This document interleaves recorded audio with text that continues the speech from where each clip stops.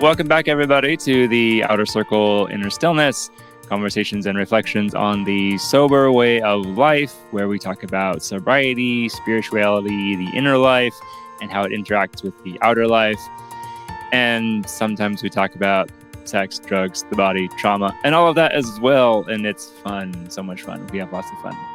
I am delighted to have a very special guest today, hailing from the wilds of Southern California. Welcome, Darrin Ford. Darrin, how are you today? Great. How are you? Thank you so much. Good. I'm great. I'm glad you're here. So for starters, before we get into talking about mindfulness and recovery and everything, and why we're talking about that, would you like to share a little bit about who you are in the counseling world and the recovery world, and what is mindful centers and things like that? Sure. So the kind of professional profile, right, is that I'm a licensed marriage family therapist. I also have additional certifications as a certified sex addiction therapist, a certified partner trauma therapist, where I also perform supervision to help those candidates who are working on getting those certifications. I'm also a certified mindfulness-based addiction and trauma therapist. And I'm a rainbow advocate. I'm certified as a rainbow advocate. I'm part of the LGBTQ plus community myself. I've been doing this work for, 20 years. I'm also in recovery myself, so I have the unique position of being in the position of the client in the past and also being now in the professional role. I've authored a few books, and so that's kind of the professional thing. And the personal thing is I just, I'm somebody who came to mindfulness practice begrudgingly. My therapist would tell me, you need to do this 30 years ago when it was considered like that, that out crazy kind of like Southern California hippie stuff. I put that in air quotes. And so I was a hardcore kind of science CBT person, very rigid in my approach. And finally, after I suffered long enough, I acquiesced and started practicing mindfulness, learning about it. And since then, it's just utterly, revolutionized my life. So, yeah. So that's the spiel. That's the spiel, the short of who is Darrin Ford. I love hearing that part about your story, and I, likewise being someone who's been a client and also working through recovery. I mean, I can appreciate that journey to, now I'm also on this side of the microphone, or this side of the office. I wonder if you could say a little bit about this transition from I don't do mindfulness. It's kind of that hippy dippy woo woo, that stuff. Because I've also gone through my own versions of being very theoretical, cognitive to more intuitive, mystical. What kind of did it for you to kind of open you up the last little bit to now be open to it? Yeah. So, I write this story. I write about the story in my Awakening from the Sexually Addicted Mind book about how finally the first time I went to a meditation. So on top of being, highly rigid, I was also somebody who was very ego driven. And so I wanted to be the best at whatever I did. So when I went to my first meditation class, I walked in the room, and it was basically this place off of, I think it was La Brea Avenue in Los Angeles. And I walked in the door, and it was a very quiet contrast from the noisy street outside. And I told the person that was there I wanted to learn how to meditate. And they said, we have a class starting. So he gave me a quick introduction. I went all the way to the very front of the room, and it was a long room full of zafus. And so it's a pretty long walk to the front. And I sat right in front, right next to where the Buddhist nun would be teaching. And so, the room filled up, the nun came out, and she started talking about the process of meditation. And as she was talking, I started to become more and more flooded with fear. And my knee actually started to vibrate, which I wasn't even aware of. And, at the end of her little introduction, she said, "Is there anybody who has any questions?" And I raised my hand, and at this time, my flight or fight response was just going. And I was like, "I don't think I can do this. I really, in fact, yeah, I know I can't do this." And I just went into this very fast paced speech pattern. And my knee was still vibrating. I was saying, "I don't think I can do this. I can't do this." Da, da, da. And she reached out her hand with just two fingers, and she just touched the tip of my knee. And my whole nervous system just suddenly got stilled. And I was grounded. It was one of the most profound experiences of my life, actually.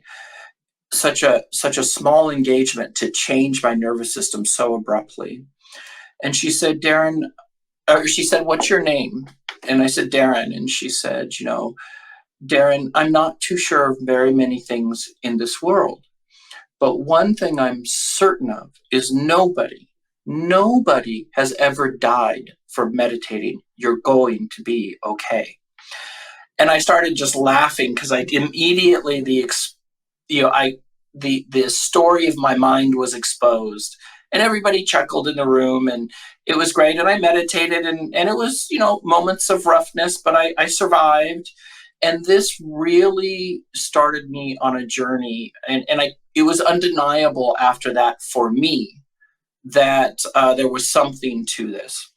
And at that time, there wasn't a lot of research. Now, since like Richie Davison or John Kabat-Zinn or Daniel Siegel's done a lot of research now over the last decade or so, there's a tremendous amount of research supporting why mindfulness-based interventions in therapy are so important to deal with trauma and addiction and compulsion, and a myriad of other issues.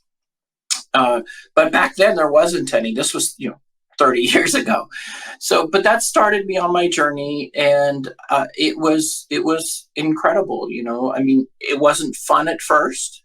Meditation is never fun at first. At first, it's difficult because we're so attached to the mind. But as time goes on, and as we continue to practice, uh, these are the over this time, this is when the profoundness of meditation really starts to show itself.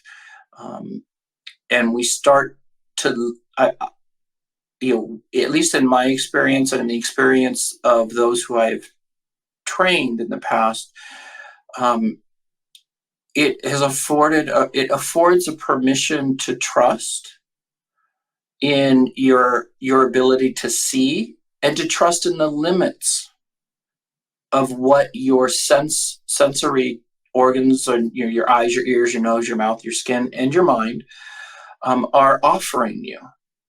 And it also allows you permission to sit with the distress of the uncertainty, which is reality, and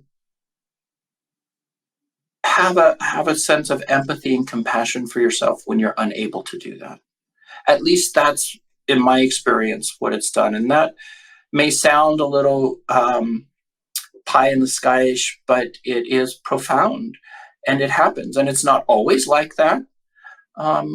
Yet, a few moments like that is worth a fortune. So I'll take it. Yeah, it's the thing that people will spend thousands of dollars a year in, medications and therapy and drugs and a whole bunch of things to feel that sense of, I am all here and I'm okay. And which it seems like that appears, as you're describing it, sounds like it's something that is just like kind of naturally one of our capacities. So I'm appreciating hearing you talk about it. I mean, you mentioned that there's this kind of pie in the sky aspect to it. Maybe, I guess we'll see. So I recognize what you're talking about, having had some experiences there, and I would imagine that folks who know, those who have eyes to see, will recognize what you're saying and be like, "Aha, yes, I've had that," or maybe I call it something different, but I know that. Um, but so maybe a question for the beginner or the skeptic. And I know that there are people like that who, like yourself, would say, it's not science. I don't know about it. Or, from my end, coming from more like within the religious world, especially within the Christian world, there can be this sense of like, oh, meditation, isn't that the devil's work or something? Um, so I wonder if you could say a little bit about just like what is meditation? What is mindfulness? Is it strictly a Buddhist thing? Is it a religious thing? Or is it something more universal? What do you know about it? Yeah, so thank you so much. I think that's a wonderful question. And Hmm. if I could, I just want to reflect on what you just said about those who have eyes to see. And to address the beginner portion, I think that's what's so important is when we start to practice meditation, it does take a little bit of trust. I think this is why it's necessary to have a guide or have a therapist or have a meditation instructor where you can rely on their awareness until you develop the ability to see with your own eyes, if that makes sense. I don't want to go too far down that rabbit hole because I want to stay on your question, but that's just one thing that I would share. Um, at the beginner, I think the other thing is that people think that, right? They come into meditation with this idea that meditation is that you have to sit on this special mat, and it has to be in this special setting, and it has to be like all of this Buddhist or certain like structure and da da da da, and it doesn't have to be any of that. I love to run. So my meditations are to put in noise canceling headphones and run and hear my breath. You know, you can become incredibly adaptive with your meditative practice.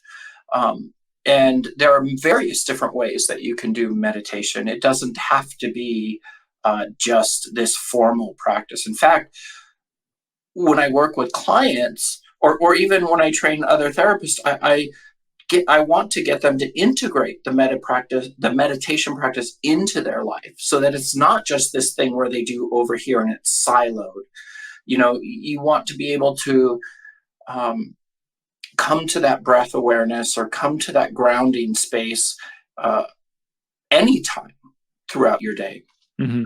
Uh, Yeah. Well, I could see the range of things where, like you mentioned, like the meditation mat, or some of the analogs would be like for some traditions, the prayer rug, or me and a lot of our listeners, within like or Orthodox Christian spirituality, there is a ritual component to it. Like we light candles, we pray with icons, So it's not there is a way we step into a particular space for a particular interactivity. But I love the way that you're also talking about like it's also an integrated part of my life too. There's other aspects of should you ever visit an Orthodox monastery, you'll and work with the monks, you'll hear this like muttering in the background. They're just like you muttering Kyrie eleison all day, and that's like the Jesus prayer, and they're just like that's become part of their background noise that they. Well, it's not noise, but like that's their daily ongoing activity of the mind, like to focus themselves, and so in that way what can be very focused, here's this one moment with the candle and the icon, is also, and this is also my life. And it's just like this mentality I'm stepping into. yeah, right. We might even call it like and when I say this, coming from the Eastern philosophy, let me rephrase. When I say Eastern, I mean Buddhist philosophy, right? Mantras are sayings that are very spiritual in nature, and it almost sounds like that would become their mantra. And when you practice meditation from a secular perspective, you can still have mantras too, like, I'm worthy of love, I'm worthy of belonging. That's one mantra that I repeatedly say to myself. And, you can find your mantras, may I have love, may I have compassion, whatever it is, So I think that there's space both ways. And I would also say that meditation very much can be a spiritual um, practice. It could be a religious practice. It could also be just one that is not grounded in any religious ideology. Like, it doesn't matter from a treatment perspective, anyways, where we come at it. What matters is the employment of the practice. And when we think about different forms of meditation, whether it's like, for example, from a secular perspective, maybe I'll tell a client, hey, let's focus our mind on a leaf dancing in the wind, right? And they'll be like, oh, that's crazy, but it's like, yeah, well, let's just spend 5 or 10 minutes noticing that and focusing the mind.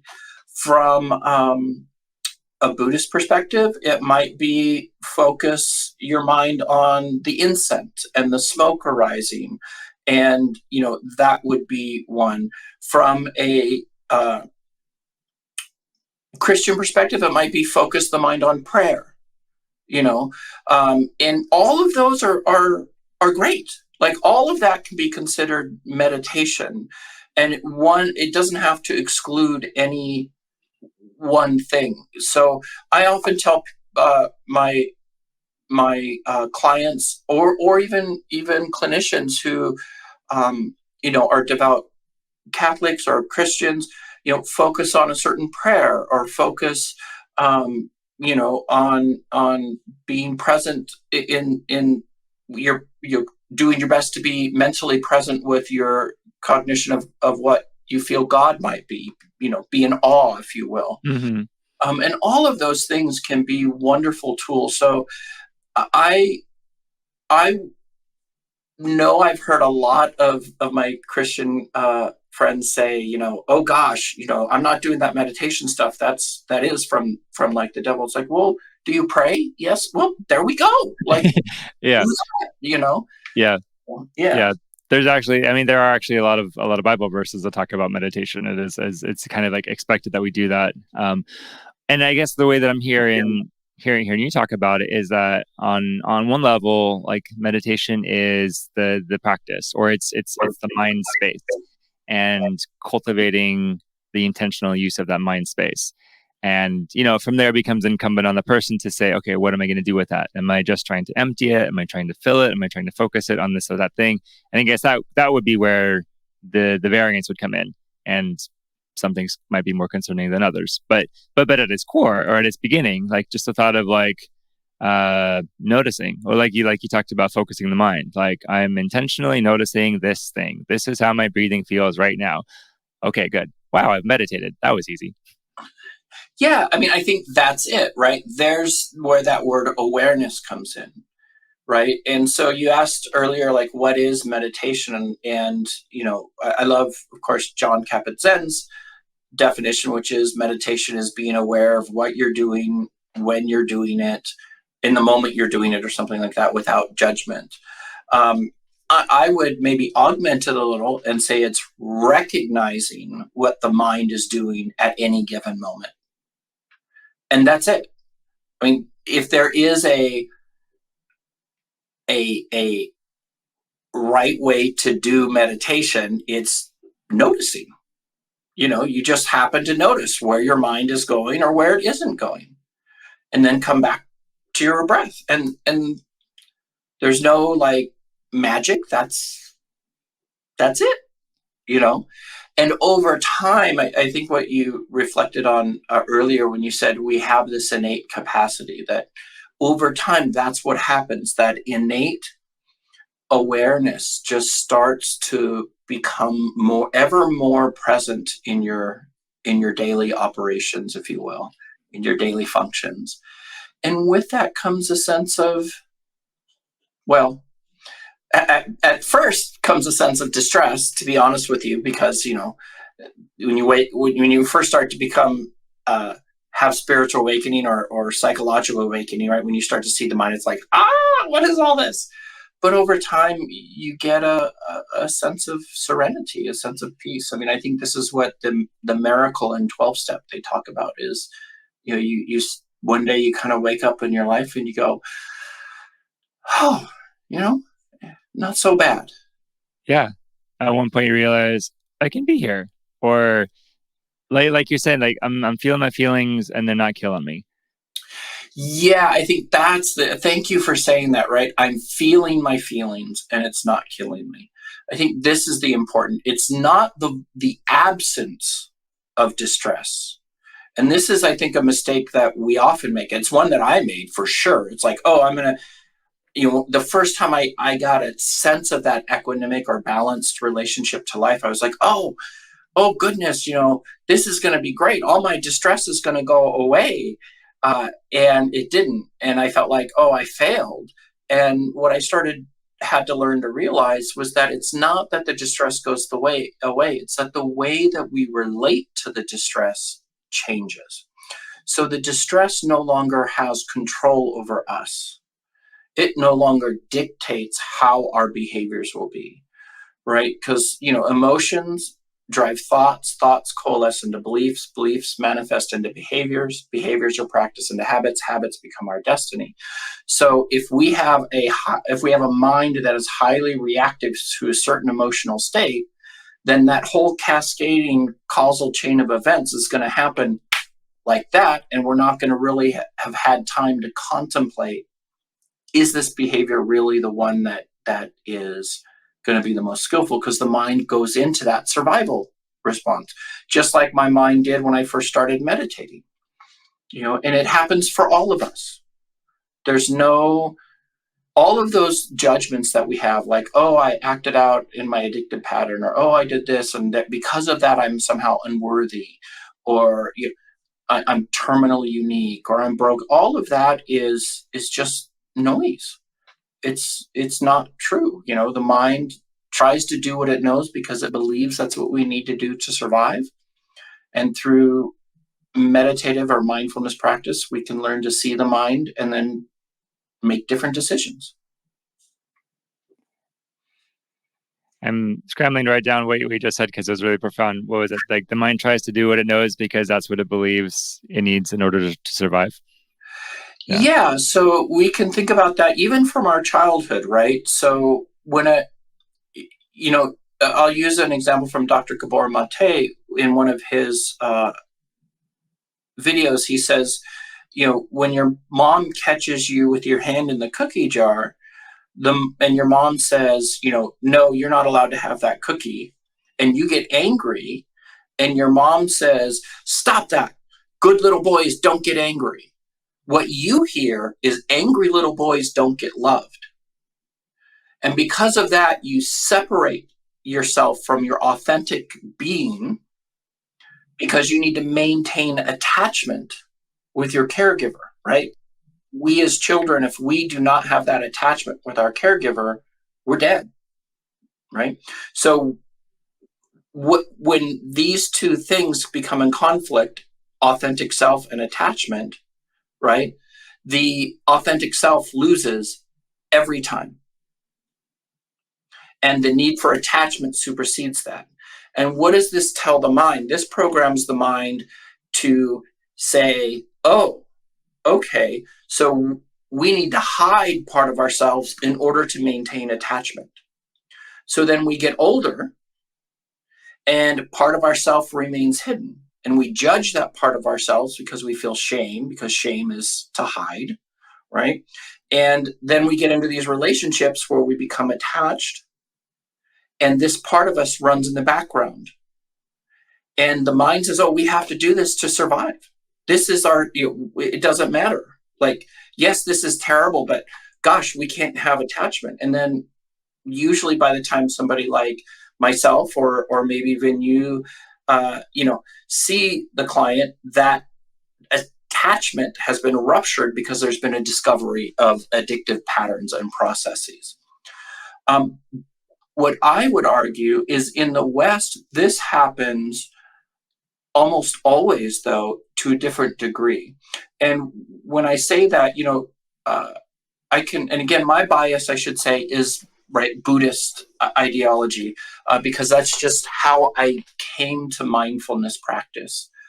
So that's where I did most of my research. And at that time, I didn't have science to do research. So I just read a lot of the Buddhist ideas. But when the first Buddhist monk, his name was Trungpa Rinpoche, came to the U.S. and really started to introduce meditative practices, he was very confused because he saw that in the US, we had this internalized self resentment that he had never encountered before. And in fact, the Dalai Lama was also confused when he confronted this. It took a long time for their mind to kind of understand what that arises out of. And they don't say it in these words, but basically what they say is that conflict between authentic self and attachment. And what I argue and what I do when I, in the MBAT trainings is help clinicians recognize that in order for a client to be able to to accept love from another, they have to first learn how to accept love from themselves. And in order to that, they have to first be present with themselves. And how do you get to be present with yourself? By being mindful, right? By cultivating intimacy with the self, which is really what meditation is, right? Yeah. It's cultivating intimacy with the self. Yeah. Intimacy with the self, presence with the self, those things that show up everywhere in what we do. Yeah. So I want to focus this a little bit. How is mindfulness, how is meditation helpful for someone in recovery? And I feel like you've laid a lot of breadcrumbs for this already, but I wonder if you might kind of, again, for somebody who may be very new and is still kind of working to make these connections, like becoming present with oneself, being able to kind of chart, here's a connection between my mind stories to my behaviors, to my thoughts and everything. How is that helpful in a healing and sobriety process? Yeah. So I think that there's many roads that lead to this general concept, but the kind of point blank process is that we need to be able to allow our authentic being shine through. And so with addiction, we have learned to behave in ways that keep us deluded or in denial or detached from our authentic self. And the mind propagates that. And so for recovery, we need to really become committed to aligning with reality. And that alignment first starts by learning to see why it is that we felt the need to behave in ways that delude, distract, or disassociate us from being present with the self or reality. So in other words, what we need to start to do is wake up to that authentic self that we have been detached from. Now, I would also say that trauma related to neglect can create a type of unawareness of the self because that in other words, the person never had awareness of themselves. So there's a little bit different. There is the like, hey, this is me, but I'm going to hide me. And then there's also the client who may be the victim of a highly narcissistic parent or a lot of neglect where they've had no ability to reflect themselves and develop. And so there is no like, oh, this is me. They have to learn that entire process from scratch. That being said, to answer your question more succinctly, mindfulness is important for addiction recovery because recovery is a mental health, as John Kaplan or as Peck has said, mental health is the absolute commitment to reality, no matter what the cost. And ultimately, we have to become connected to who we are. And that's what the whole idea of recovery is you're finding yourself. You're reconnecting to yourself, or you're finding yourself for the first time. And the only way that I have ever known that can happen, and that the research is starting to bore out, I think, even more, is by being mindful, by practicing the active cultivation of intimacy and vulnerability with yourself first, and then that ripples out isomorphically, which is a big word. It means, because isomorphic means we're interconnected to all things, right? Every action has a reaction. And so as we get to know ourselves better and our distress tolerance increases, the reactively driven mind stories and behaviors decreases, and this affords us permission to then be ever more present with those we care about in our immediate circle. Yet without that, then we're reactively driven and we're unable to be vulnerable and intimate with those we care about, because we can't be vulnerable and intimate with ourselves. Right. Yes. So this idea of recovery as like a discovering, or you could say like an unveiling, like I'm peeling back the masks that I cover myself with, unveiling my interface, my true self. Or I know the internal family systems model, will use the language of, I have all of these protector parts and they're really extreme and they're really rigid. Some are proactive, some are reactive, but they're all like not the actual me. They're my false self, my persona. And we should put a lot of work into softening those to really discover, actually, here's the real me.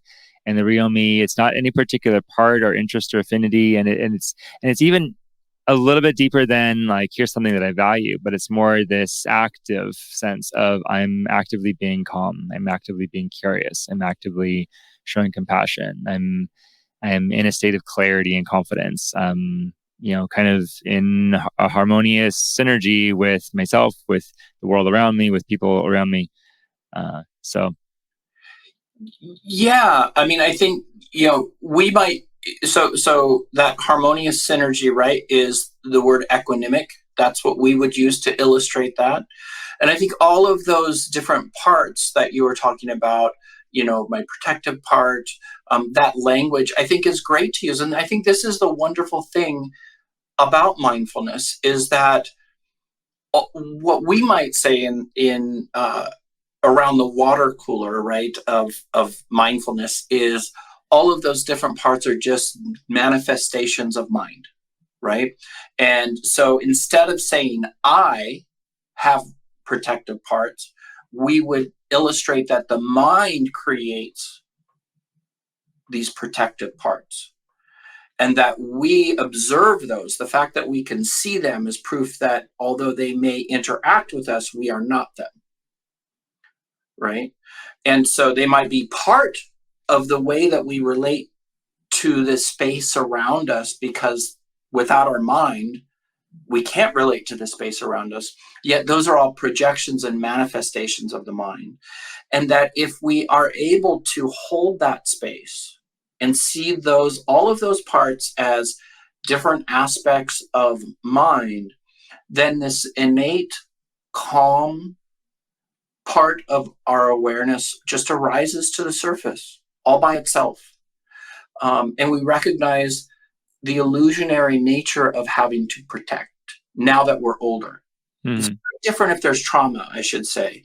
So, I'm talking about in the situation where somebody's come in, they're not actively in a violative situation, right? And so then they're able to see that there is good reason to have reactive behaviors when needed. Like, I don't want to go into an emergency room and be bleeding, out somewhere, and have the emergency room doctor say, let me take some breaths and connect to myself. No, I want to be able to like go in and fix things. So this fight, flight, or fawn response that we have is extremely important, yet only in certain circumstances. And by the way, I do see many emergency room doctors who cannot turn that off. And so they leave their work, they go into their lives, and then they still behave in that highly activated state. And there's lots of addiction, lots of compulsion, and all of these things that manifest. Nurses, too. Yep. Yep. Our wonderful first responder folks and helpers, they go through a lot, and we should be very patient with them. Uh, Absolutely. yeah. So, so when you're exploring this idea of, mindfulness, the mindful based recovery as being like this unveiling of self, I wonder, do you see that mindfulness is a strictly solo practice, like, it's just about the individual getting within themselves and that's it? Or is there a communal relational component, like an interdependent component to it also? Or how does that work? Because I guess the other critique might be like, oh, you're just like this self-absorbed navel gazer and that's useless.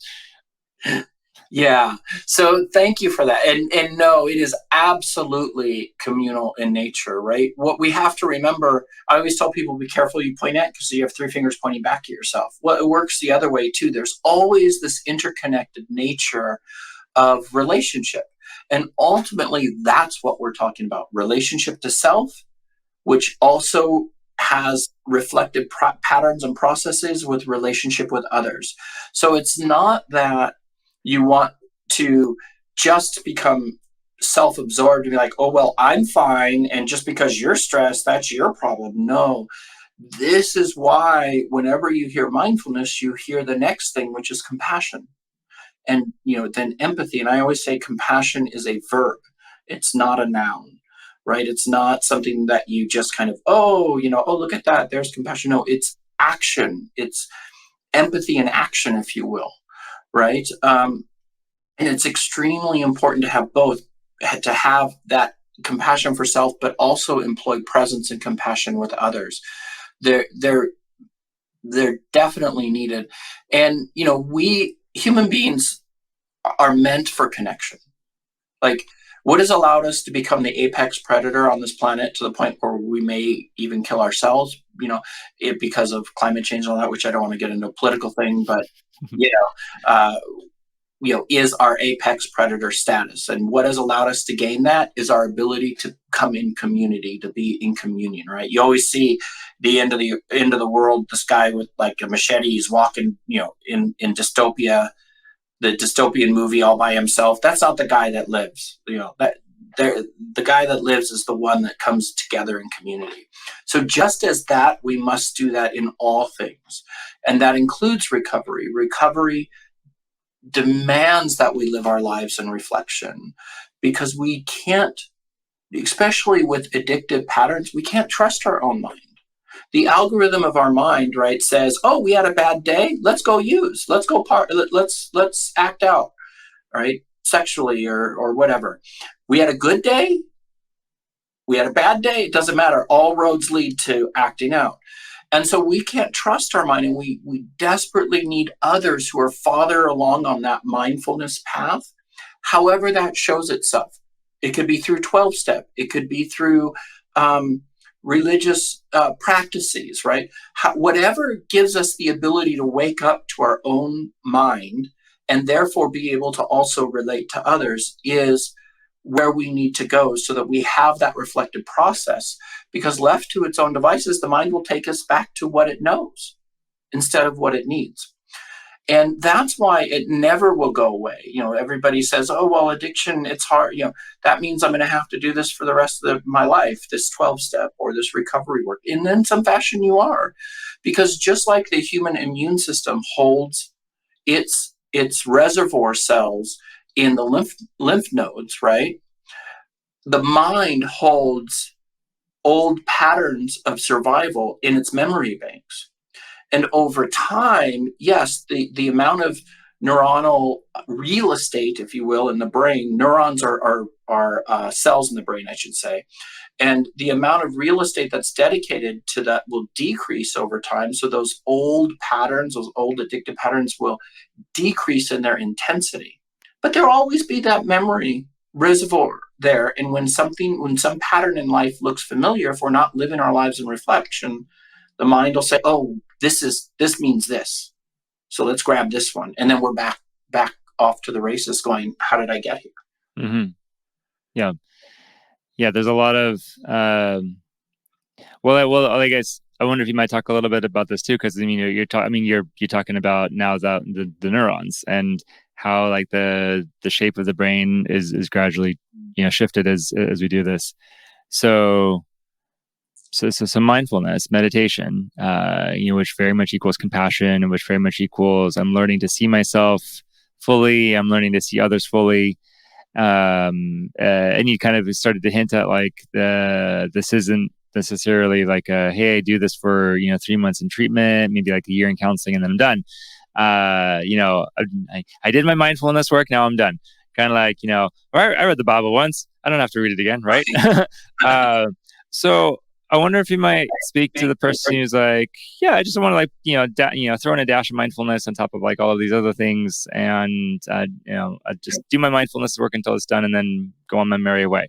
Like, yes, Yeah. no, doesn't work. No, let me tell you, if I ever meet anybody who's done with their mindfulness work, I'm going to be paying them a lot of money because I want to learn how to get there.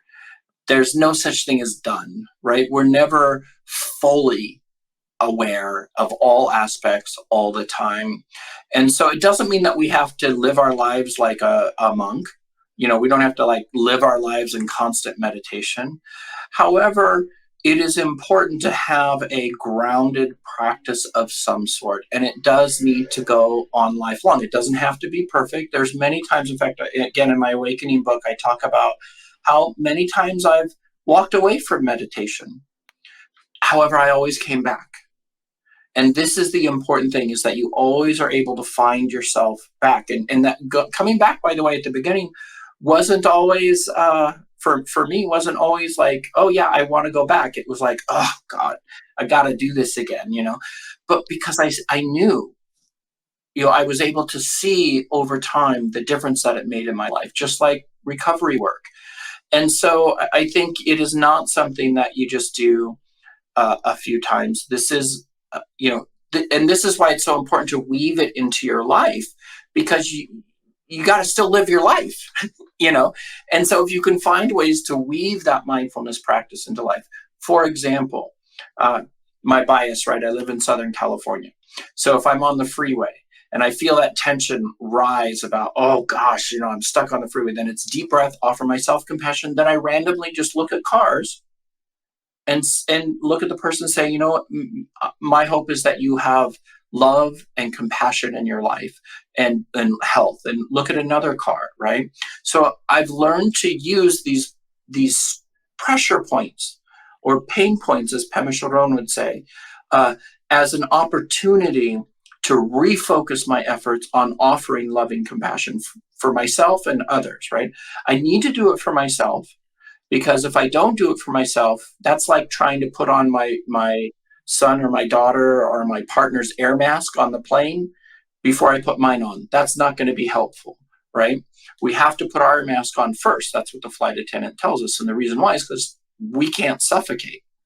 So it's not a and I know this word is a little out of vogue, so bear with me, but like, it's not a codependent giving of compassion. It's my cup is full, and therefore, as it overflows, I can offer it to the world, and to the people that I love. And when I'm not able to do that, then I'm not aligning with my personal value set in that moment.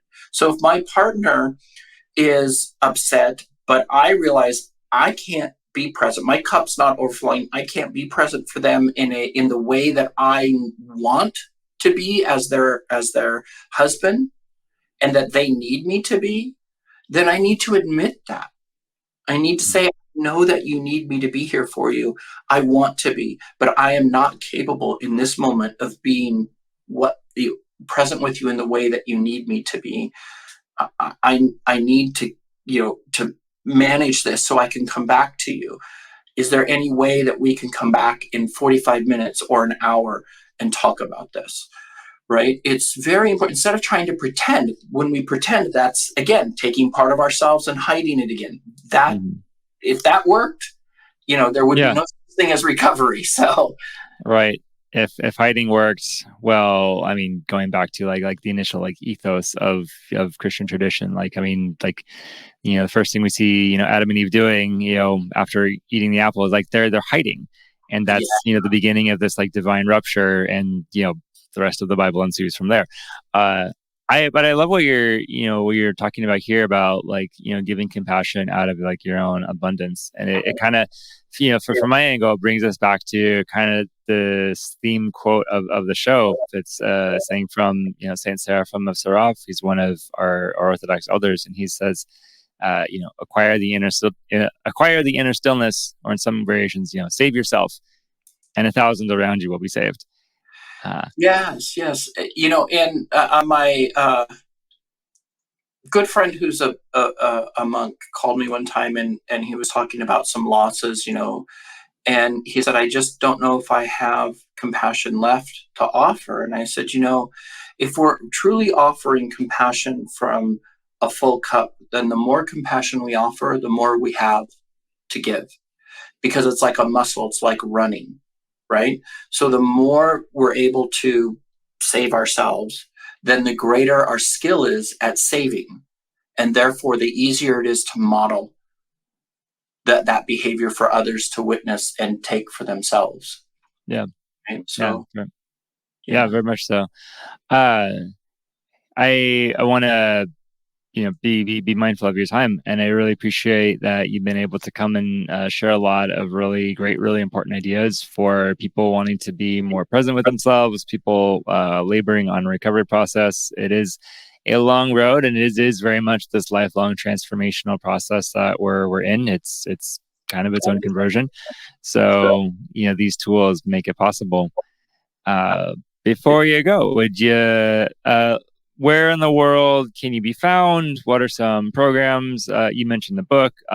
What should people look up from here? Yeah, so I mean, any of my books, they could get them either through Amazon or Sano, SANO press.com. I've written, three books at this point. I do live in Southern California. I do telehealth all over California. I own Mindful Centers for Addiction and Trauma Therapy, who works out of Oregon area, but also works out of Southern California.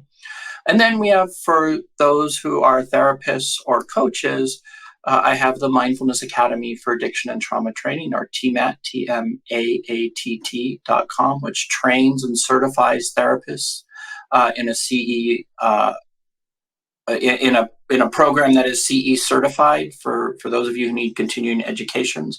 And we train either them as mindfulness-based addiction and trauma therapists, or MBATs, or mindfulness-based recovery coaches if they're coaches, MBRCs.